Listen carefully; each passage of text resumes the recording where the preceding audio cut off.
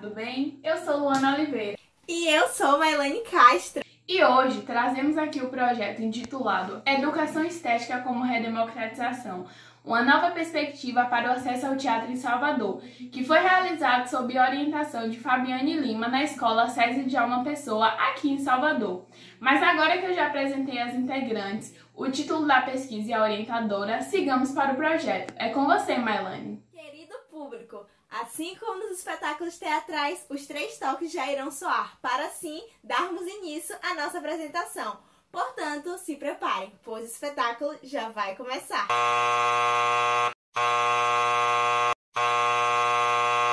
O teatro, que significa lugar de ver, surge no Brasil juntamente com a chegada dos jesuítas nas ditas missões jesuíticas, que tinham como objetivo catequizar os povos indígenas que já habitavam o solo nacional na época, trazendo assim falsas representações artísticas.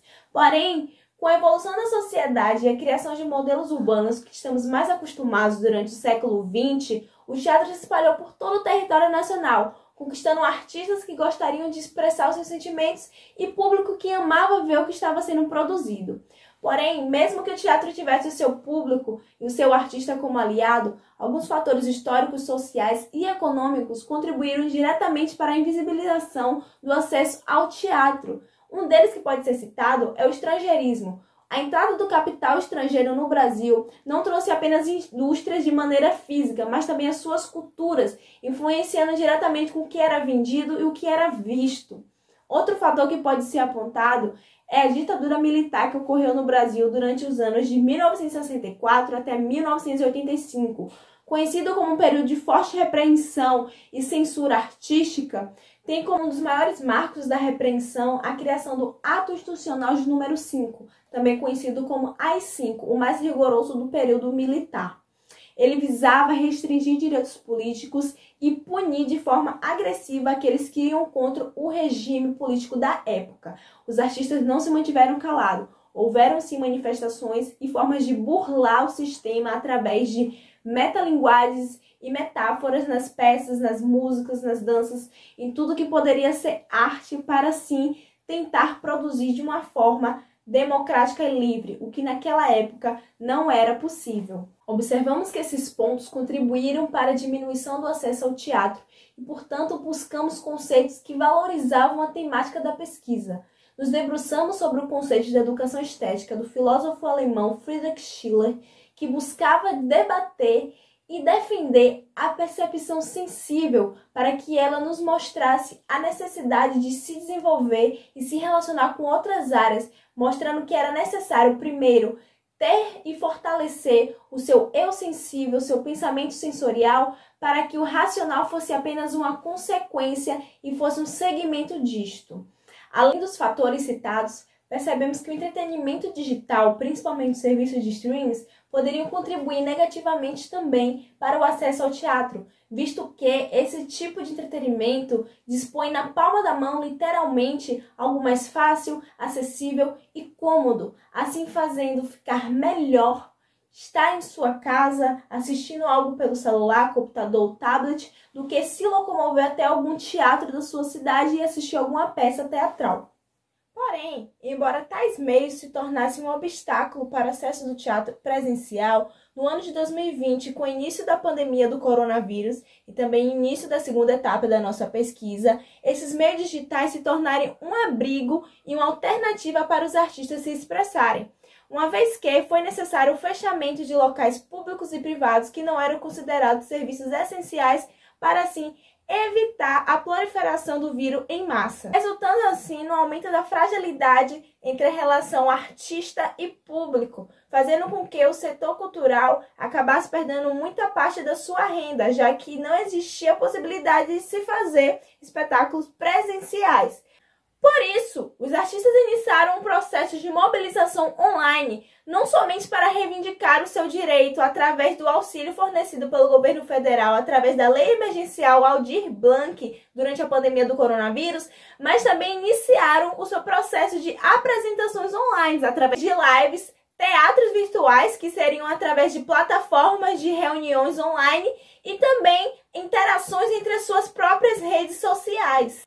Um exemplo é o grupo de teatro criado em 2012 na cidade de Salvador, intitulado Novos Arteiros, que durante a pandemia do coronavírus realizaram mobilizações artísticas através de lives, além de levantar pautas sociais no próprio Instagram do grupo. Durante o ano de 2021, no mês de março, esse grupo participou do 5º ano do Festival de Teatro do Subúrbio, que é um bairro popular da cidade de Salvador, esse ano ocorrendo de forma remota. Nesse festival, encontramos grupos artísticos espalhados pelo Brasil, literalmente de norte a sul. Analisando a problemática de como o teatro precisou migrar para meios digitais devido à pandemia do coronavírus, buscamos desenvolver uma pesquisa que vise promover o maior contato com a educação estética em prol do teatro, uma vez que ela colabora para o desejo inicial de evidenciar a percepção do teatro não só como simplesmente ir, mas principalmente priorizando as emoções vividas lá, já que a educação sensível promove uma maior construção social e cultural envolvendo seus sentimentos aliados com o racional. Nessa perspectiva, a pesquisa surge através de reflexões debatidas pelas participantes em conversas virtuais devido à pandemia, além de querer descobrir qual o motivo que se dá para o afastamento ao teatro, já que na primeira parte da pesquisa já havíamos encontrado entraves que justificavam a desconexão com o público. Porém, em ambiente digital, mesmo com peças com valores gratuitos ou mais acessíveis, o acesso continua defasado. Portanto, gostaríamos de debater aqui e descobrir quais motivos facilitaram para o afastamento do teatro, mesmo em tempos pandêmicos. A partir do exposto, visamos a necessidade de mapear os porquês do afastamento do público para com o teatro, além das entraves que dificultam o acesso ao meio, uma vez que já existiam entraves que dificultavam em processo presencial. Queremos compará-las no processo online para ver se ainda existe algum resquício que pode ser debatido. Sendo assim, queremos aqui promover a importância da discussão e do teatro, além de utilizar o conceito de educação estética como uma possível alternativa para propor a redemocratização do acesso ao teatro durante e pós-pandemia.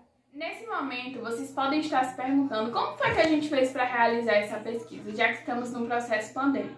Mas primeiro, é importante salientar 2 fatos. A questão 1 é que a nossa pesquisa é dividida em 2 etapas. A primeira começou no ano de 2019, momento em que a gente estava ali tendo os primeiros contatos com a história do teatro e pesquisando por que as pessoas estavam deixando de acessar o meio. Além disso, foi naquele momento que a gente começou a encontrar o conceito de educação estética, conceito esse que a gente traz até a segunda etapa, porque ele é muito importante para a nossa pesquisa. Já a segunda etapa, que é a que nós estamos apresentando aqui hoje, ela é pautada na pandemia. Então, se não houvesse a pandemia, com certeza essa etapa não existiria.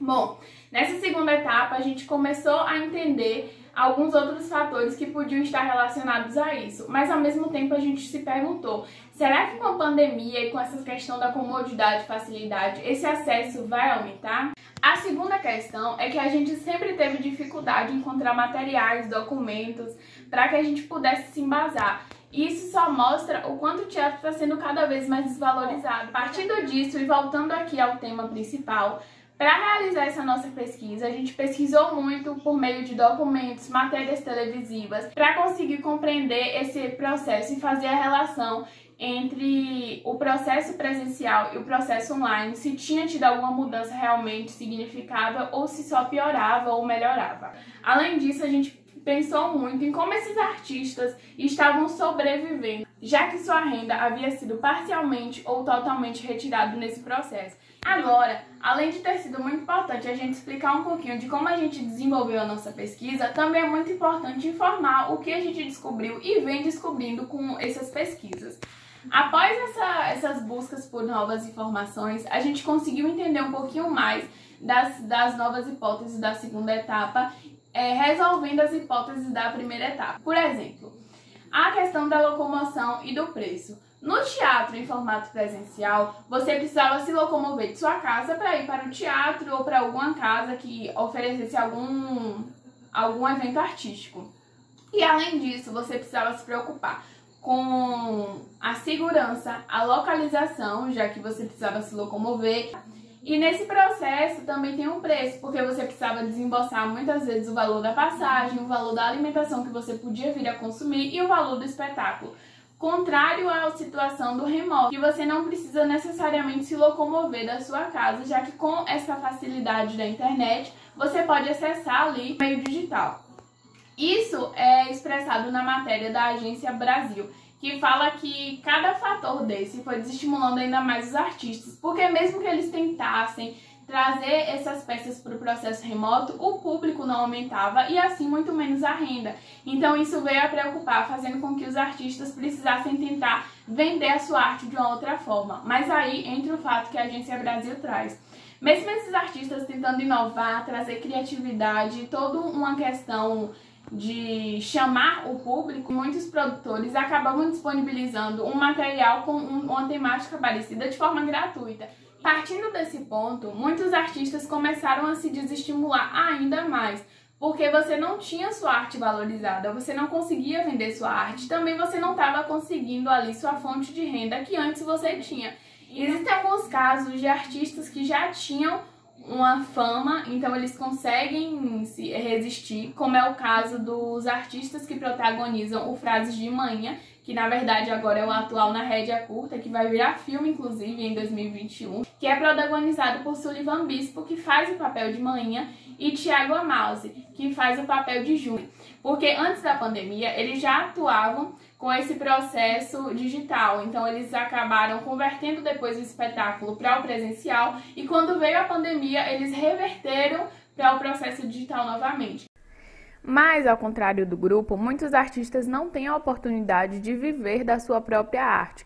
Isso ocorre por causa da desvalorização artística, muitas vezes acionadas por frases que temos na sociedade, a exemplo de se você fizer arte, você vai morrer de fome, e que vão mostrando ainda mais a desvalorização daquele artista, a desvalorização do teatro e, assim, a desvalorização da arte. Partindo desse ponto, tem-se a Lei Aldir Blanc, que é uma lei de emergência cultural exatamente destinada a esse setor artístico, que fez com que o auxílio emergencial disponibilizado pelo governo, que já estava sendo distribuído a toda a população, fosse distribuído também especialmente a essa classe. Porém, mesmo que esse auxílio tenha sido disponibilizado e aprovado no ano de 2020, em 2021, segundo a matéria da Rede Bahia, esse auxílio ainda não chegou totalmente a esses artistas, que agora se vêem à mercê de uma espera para receber um dinheiro que é direito e que ainda não chegou. Partindo disso, alguns artistas e produtores começaram a criar um plano que chama o Plano de Crises para as Artes Cênicas da Bahia, que é liderado pelo Lelo Filho, diretor e produtor da CIA Baiana de Patifaria, e em união com outros artistas eles acabaram tendo o objetivo de se comunicar realmente com essas esferas públicas. Mas além de tudo isso, eles apontam o fato de que esses gestores eles não têm noção da importância do teatro e como o teatro ele ajuda nesse processo de isolamento social, já que quanto mais você tem contato com a arte, mais você tem contato também com a educação estética, que vai te ajudar a entender o processo emotivo primeiro, para depois você aplicar na vida e nas suas relações. Como foi dito anteriormente, encontramos dificuldade em achar estudos e pesquisas científicas que fortalecessem a nossa tese e sanassem as nossas dúvidas, evidenciando que a falta de acesso ao teatro vai muito além do simplesmente não ir, como também na ausência de estudos e pesquisas científicas no campo de estudo do teatro. Sendo assim, é possível extrair da discussão que propomos que o teatro persiste em ser desvalorizado, tanto no âmbito online quanto no âmbito presencial, através de entradas que dificultam o acesso, algumas delas como a locomoção, localização, custo-benefício e segurança. Além disso, é impossível não ressaltar aqui que a falta de visibilidade, investimento e público afetam diretamente de forma negativa a evasão do acesso ao teatro. Portanto, queremos aqui defender que o ensino de teatro, principalmente pelo fator que o primeiro contato que muitas crianças e jovens tiveram com o teatro foi através da educação básica, é de extrema importância para o fortalecimento dessa arte de expressão artística, como também a divulgação e aplicação de forma prática do conceito da educação estética poderá aflorar o eu sensível dos estudantes e dos jovens brasileiros, visando que ele busca mostrar como podemos criar laços em diferentes conceitos da vida através da educação do seu eu sensível, mostrando que o teatro poderá aumentar desde a sua criatividade e a sua criticidade, envolvendo assim o papel de educação na construção social e humana da população brasileira. Sendo assim, após o exposto, seguiremos reafirmando que a arte sempre foi e será resistência.